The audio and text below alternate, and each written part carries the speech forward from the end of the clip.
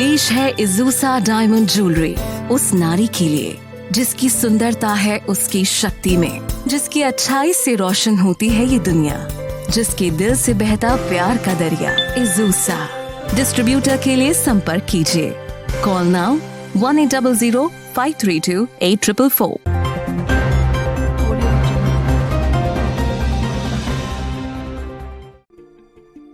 DIG Subhash Chandra Dubey पहुंचे lifeline अस्पताल। मुठभेड़ में घायल एसओजी प्रभारी का लिया हालचाल। पुलिस उप महानिरीक्षक आजमगढ़ सुभाष चंद्र दुबे ने लाइफलाइन अस्पताल पहुंच बीती रात हुई कुख्यात अपराधी व 3 लाख का इनामी सूर्यांश दुबे से हुई मुठभेड़ में घायल एसओजी के एसआई श्री प्रकाश शुक्ला व कांस्टेबल प्रदीप पांडे घायल हो गए, जिनका उन्होंने हालचाल पूछा। मीडिया से हुई बातचीत में डीआईजी सुभाष चंद्र दुबे ने बताया कि सरायमीर थाना क्षेत्र में शेरवा गांव की बस्ती नहर की पुलिया के पास गुरुवार रात 11 बजे के बाद पुलिस से मुठभेड़ में सूर्यांश दुबे घायल हो गया।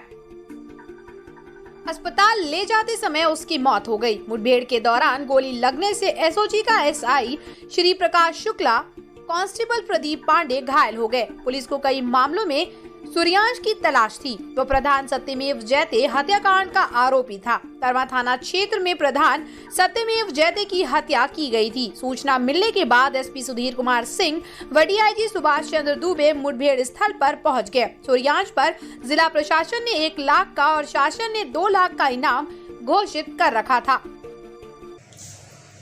कल रात्रि में सरायमीर थाना क्षेत्र के शेरवा गांव के आउटर एरिया में एसओजी प्रभारी श्री प्रकाश शुक्ला व उनकी टीम के अन्य सहयोगियों के साथ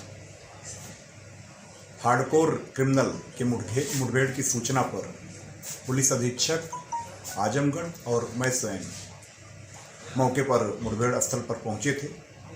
बदमाश द्वारा लगातार रुक कर सरपत के खेत में छिपे होने का फायदा उठाकर फायरिंग की जा रही थी। लगभग 1 घंटे तक चली भीषण मुठभेड़ के बाद जब बदमाश की तरफ से गोली आना बंद हो गई और जब टार्च की रोशनी के सहारे पुलिस ने वहां पर काम्बिंग एवं सर्च ऑपरेशन करते हुए उस एरिया को आइसोलेट किया तो वहां पर एक घायल अवस्था में बदमाश मिला। उस घायल बदमाश को तत्काल प्रभाव से हॉस्पिटल में भेजा गया, जहां पर स्थानीय हॉस्पिटल द्वारा उसे जिंदावस्था में पाते हुए क्रिटिकल स्थिति में पाने के कारण जिला चिकित्सालय आजमगढ़ रेफर किया गया, जहां पर डॉक्टरों ने उसे मृत घोषित किया।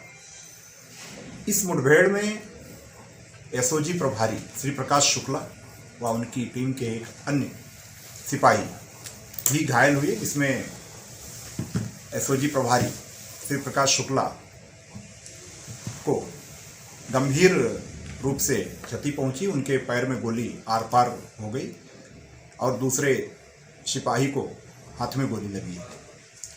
इस मुठभेड़ में शामिल आरक्षी सरोज ने बाद में उक्त घायल की पहचान सूर्यांश दुबे निवासी बासगांव तरवा के रूप में की। सूर्यांश दुबे एक हार्डकोर क्रिमिनल है जो आजमगढ़ और आसपास के जनपदों के हत्या, लूट एवं फिरौती के दर्जनों मामलों में वांछित है। इसके ऊपर लगभग 2 दर्जन से ज़्यादा हत्या, लूट एवं फिरौती के अभियोग पंजीकृत हैं।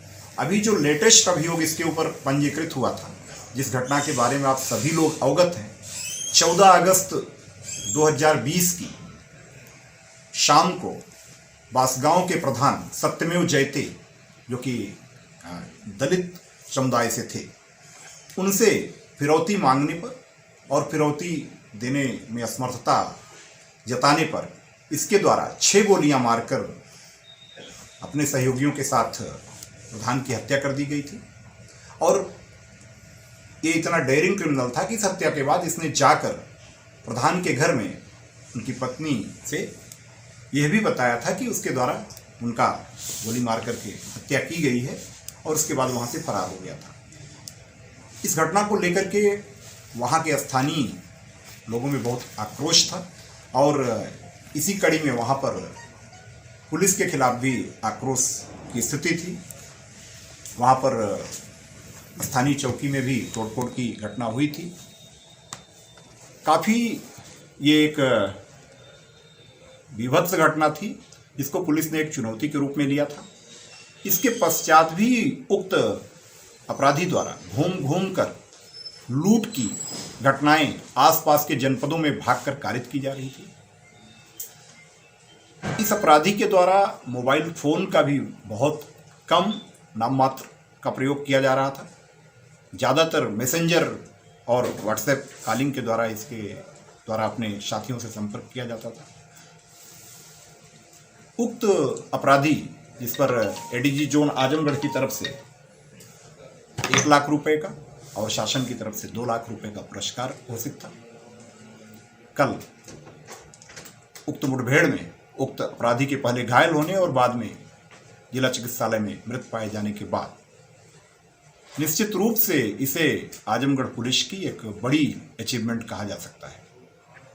हमारे एसओजी प्रभारी श्री प्रकाश शुक्ला को मैंने अभी हॉस्पिटल में देखा है, डॉक्टर से भी परामर्श किया है। डॉक्टरों का कहना है कि उनको गोली आर पार निकल गई थी और ऑपरेशन रात्रि में उनका सफलतापूर्वक किया गया है। अभी ठीक होने में लगभग 1 सप्ताह उनको लगेगा। CIB इंडिया न्यूज की सभी खबरों को देखने के लिए लाल रंग की बटन को दबाकर चैनल को सब्सक्राइब जरूर करें, घंटी जरूर दबाएं ताकि हमारी सभी खबरों के नोटिफिकेशंस आप तक पहुंचते रहें।